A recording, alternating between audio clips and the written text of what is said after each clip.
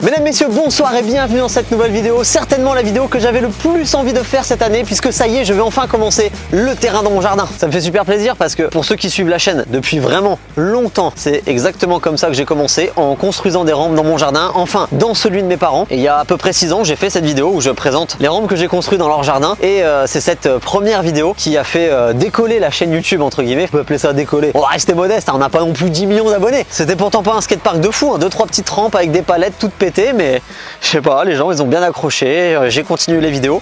Et voilà où on en est. On va construire un terrain ici. Alors je vous cache pas que ça va prendre du temps parce que là on repart de zéro. Vous attendez pas à avoir un terrain totalement terminé dans cette vidéo. Le terrain va se composer de plusieurs parties. Il va y avoir des bosses qu'on va pouvoir rouler en vélo et en moto. Des bosses en terre comme aussi bien des rampes en métal ou en bois. Je veux vraiment qu'il y ait toutes sortes de constructions ici. On va avoir un airbag et il sera juste ici. Alors ça c'est une petite simulation de terrasse.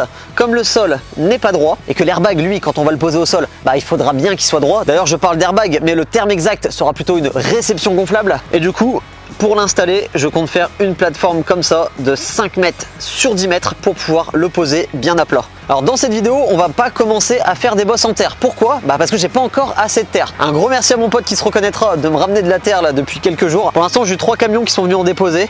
On a de la terre végétale. Moi, je voulais pas un truc de remblai, de travaux avec des morceaux de béton et de goudron dedans. Là au moins on a de la belle terre naturelle. J'ai pas envie de saccager le jardin non plus. Et ici on a un autre petit tas. J'ai vraiment hâte que ce soit transformé en bosse parce que là ça fait vraiment dégueulasse ici comme ça. Donc là il y a eu 2 camions, c'est pour ça que ce tas de terre est plus gros que celui de là-bas. Aujourd'hui nous allons commencer par les départs. Je dis bien les car oui il y aura plusieurs départs pour ce terrain. Un départ pour la ligne de vélo et il faudra un deuxième start pour mon airbag. Par contre celui-là il va devoir être très gros. Le start de vélo il n'y aurait pas besoin de faire un truc très gros parce que moi je veux un terrain qui va crescendo. On va commencer par une petite bosse, une moyenne, une plus grosse et ainsi de suite. Et comme le terrain est en descente, on va gagner de la vitesse au fur et à mesure. Donc pas besoin de faire un départ très haut. En revanche pour l'airbag, parce que j'ai commandé un airbag vraiment fat, hein. J'ai trop hâte de le recevoir, j'ai trop hâte de vous montrer ça.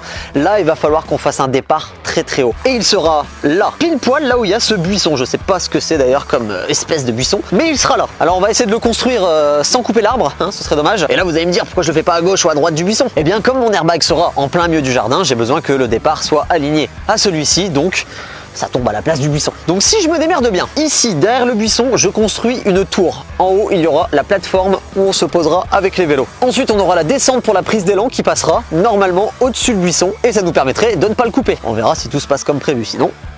Pour l'instant, je sais pas trop ce que je vais utiliser pour faire mon start. En attendant, j'ai quand même déjà récupéré pas mal de matos. Je vais vous présenter ça. Ici, nous avons ces énormes morceaux de bois qu'un pote à moi a récupéré parce qu'il fait du déménagement. C'était dans une grange d'un fermier et ça faisait une sorte de d'étage dans la grange. Le mec était en train de le démonter parce qu'il déménageait et mon pote les a récupérés. Il me les a ramenés et je pense que ça va bien nous servir pour faire le départ. Alors j'ai 6 morceaux. Ils font 3 mètres de long par 1 mètre de large à peu près. J'ai pas mesuré la largeur, j'avoue. On a vraiment du bon bois, hein. Ça doit faire 4-5 cm d'épaisseur là. Ça fait un moment que je les ai, je m'en étais même servi provisoirement sur le terrain du hangar pour justement prendre l'élan sur l'airbag de mon pote. Bon les gars, j'ai une bonne et une mauvaise nouvelle aussi à vous annoncer. On a démonté la méga rampe qui était au hangar.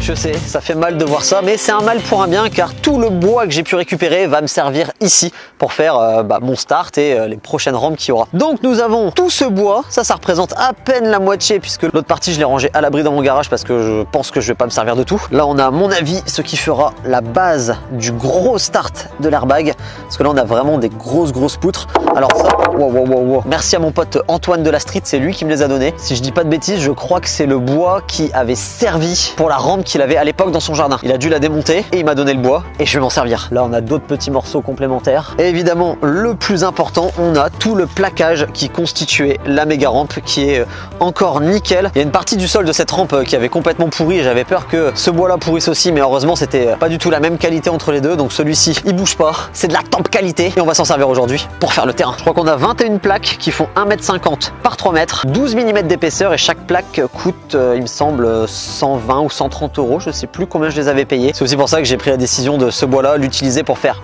plusieurs choses plutôt qu'une seule grosse rampe que finalement on ne se servait pas tant que ça.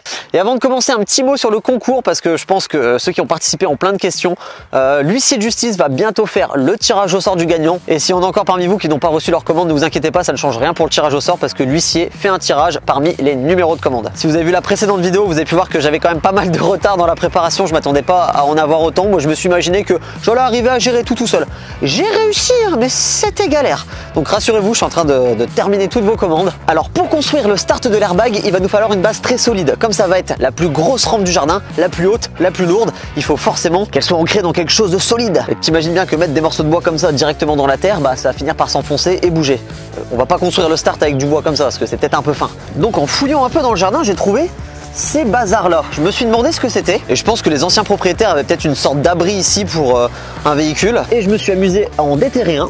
Et voilà à quoi ça ressemble. C'est super lourd. Ils sont bien hauts, au moins 30 cm. J'en ai 5 ou 6 à déterrer d'un peu partout. Peut-être bien qu'il y en a là-dessous, mais bon bah je pourrais pas les prendre maintenant quoi. Et le fait que ces petits plots en béton soient bien hauts, bah c'est quelque chose qui m'arrange. Car les piliers du start vont être dans une descente. Alors je sais pas si vous vous rendez compte, mais ici, bah ça descend. Et ça descend pas qu'un peu.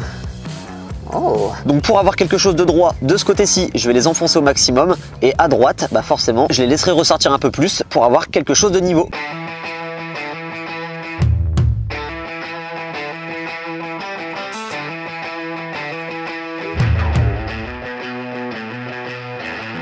Pour placer au mieux mes plots, j'ai fabriqué un cadre qui me servira de gabarit car il fait exactement la même taille que notre futur start. Et en plus de placer les plots en béton aux bons endroits, ça m'aidera surtout à les mettre bien de niveau. Faut vraiment que la base soit la plus droite possible car la rampe va être tellement haute qu'on n'a pas le droit à l'erreur. J'ai enroulé une sangle autour de l'arbre, ça c'est pour éviter que les branches elles nous gênent et surtout pour éviter de devoir les couper. Une fois que la base de notre start sera terminée, j'aurai juste à la détacher et il reprendra sa place.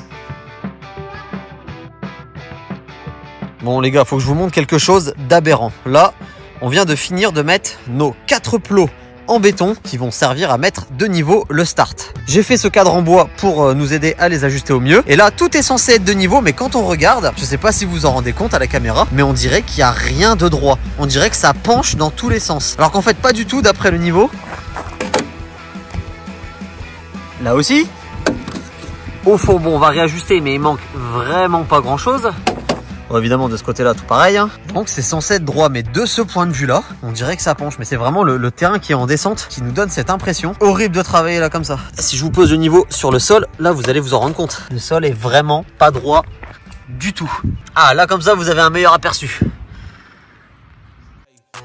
Bitch, I'm really him. Don't believe me, come and see me. Got 3 wishes from my genie. Now I'm on your local TV. All on tour, got bitches screaming. Say she wanna come and see me when I'm in a local city. I'm like, pause though. Please step aside so they can see me and I... Le soir, je m'ennuie un petit peu, alors j'ai commencé la fabrication de l'extension, mais ça nous servira plus tard. Talking my shit like, bitch, I'm really him, on God. Walking this bitch like. Et le lendemain, on a totalement changé nos plans puisqu'au lieu de faire 2 starts qui partent de 2 endroits différents, on a décidé de tout fabriquer au même endroit. Sauf qu'on a commencé à construire quelque chose qui me plaisait pas trop, alors on a redécoupé, démonté pour faire quelque chose de plus adapté.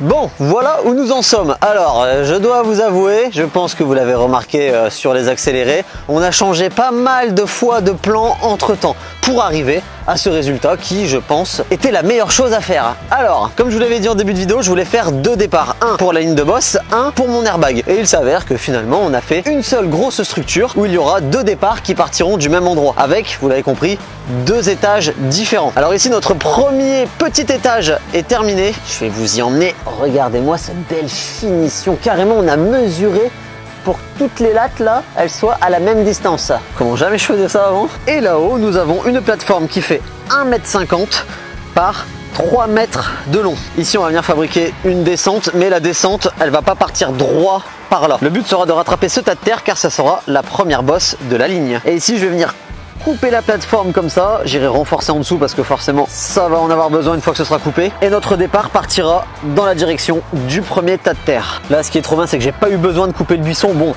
ok, j'ai dû tailler quand même quelques branches, mais on a pu épargner cet arbre et quand il va repousser à travers le start. Ça va être magnifique. Vraiment, ça va se fondre là-dedans et ce sera de toute beauté. Par où je descends moi. Mais vous l'avez compris, on va pas s'arrêter là puisque j'ai construit cette extension. Bon, le problème, c'est qu'il va falloir porter ça pour l'emmener tout là-haut. Mais ça, on va pas le faire tout de suite puisqu'on va déjà se concentrer sur la descente qui mènera sur la ligne de boss. Puis pendant qu'on construisait le start, il y a de la terre encore qui est arrivée. Et ce qui est bien, c'est que c'est que de la terre végétale. Je pollue pas mon terrain avec du vieux remblai ou je sais pas quoi. Ça, c'est de la terre qui vient des champs. C'est naturel. Un tas, 2 tas, 3 tas. Vous les voyez les boss là qui vont arriver? Alors ces croisillons là, ils sont provisoires. Hein. Ça, on les avait mis juste pour pas que ça se casse la gueule pendant notre construction. Sinon, j'ai envie de faire des trucs symétriques partout, comme cela. Vous voyez par rapport à derrière, c'est symétrique. Ici, pareil, ce croisillon-là, il rejoint celui qui est sur le côté. Celui-là, même si ça se voit pas que c'est caché dans l'arbre, il rejoint son copain juste là. Pareil pour là, tout symétrique. Maintenant, on va attaquer la descente de la ligne de boss et je pense qu'on va la fabriquer avec ça.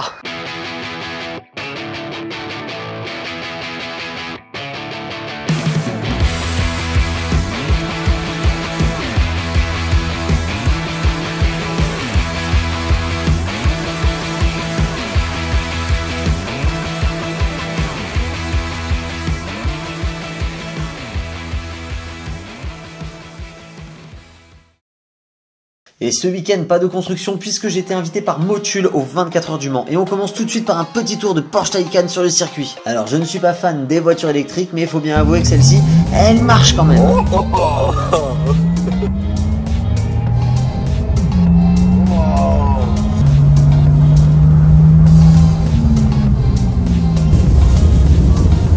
cannot take more speed because kind of dangerous. Yeah, you can't even see. C'est déjà pas mal. Et quoi de mieux après avoir roulé sur le circuit que d'aller le voir vu du ciel.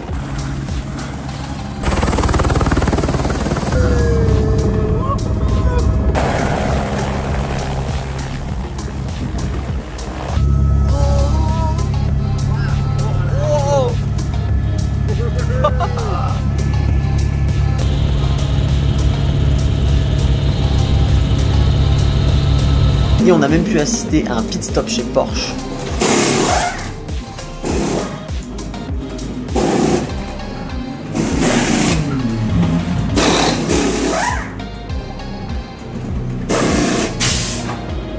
Merci à Motul pour cette invitation aux 24 heures du Mans. Maintenant, on retourne à notre petite construction. Bon, nous allons passer à l'étape la plus délicate de la construction de cette rampe puisqu'on va monter ce gros morceau tout là-haut. Et on n'est que 3 pour installer ça et ça pèse. Donc on ne sait pas encore vraiment comment on va procéder. Le plus logique serait de poser ce truc sur la plateforme là-haut et ensuite d'essayer de le faire tomber au bon emplacement. Mais comme il n'y a rien pour nous aider aujourd'hui, il vient de pleuvoir. Ça glisse à mort. Donc il faut que les 4 pieds qui sont là tombent pile poil sur nos 4 bazars ici. Ah oui, et pour que ça tombe pile poil sur les 4 bazars, faudrait-il encore que j'ai bien mesuré et que j'ai construit le truc correctement, ce qui n'est pas gagné du tout. Et bah, c'est parti.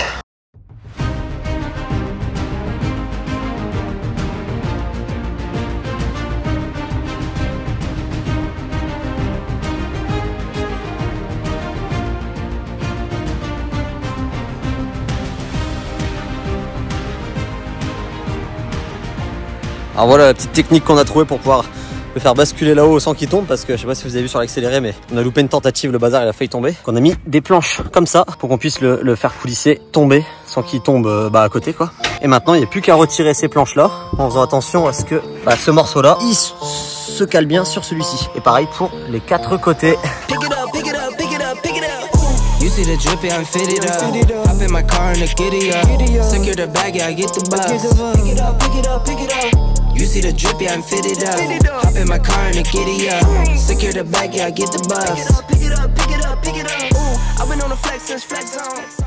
Bon les amis, on arrive à la fin de cette vidéo et comme vous avez vu, on n'aura pas terminé entièrement le start. Mais on en a quand même fait un petit peu plus que prévu puisqu'on a fait les deux, le start pour l'airbag et le start pour la ligne de boss. Mais ne partez pas tout de suite car j'ai une petite surprise pour vous. Dites-moi ce que vous en pensez. J'ai acheté plein d'arbres de lierre pour pouvoir habiller cette rampe. Dites-moi ce que vous pensez de l'idée. Bon alors j'ai pas encore tout mis, hein. Le résultat ça ressemblera pas à ça. J'ai juste posé les pots là au pied des... Bon là j'ai peut-être un peu forcé sur les arbres. J'en ai peut-être pris un petit peu beaucoup.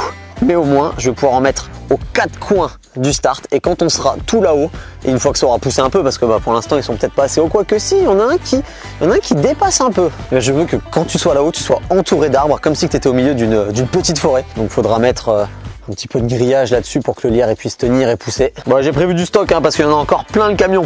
Bon, évidemment, il reste encore beaucoup de choses à faire, comme mettre des barrières là-haut pour ne pas tomber. Il y aura toute la descente qui viendra ici. Quelques renforts à mettre un peu partout parce que pour l'instant, ça bouge un petit peu. Bon, par contre, les gars, mauvaise nouvelle, j'ai eu un appel ce matin de la société qui fabrique mon airbag.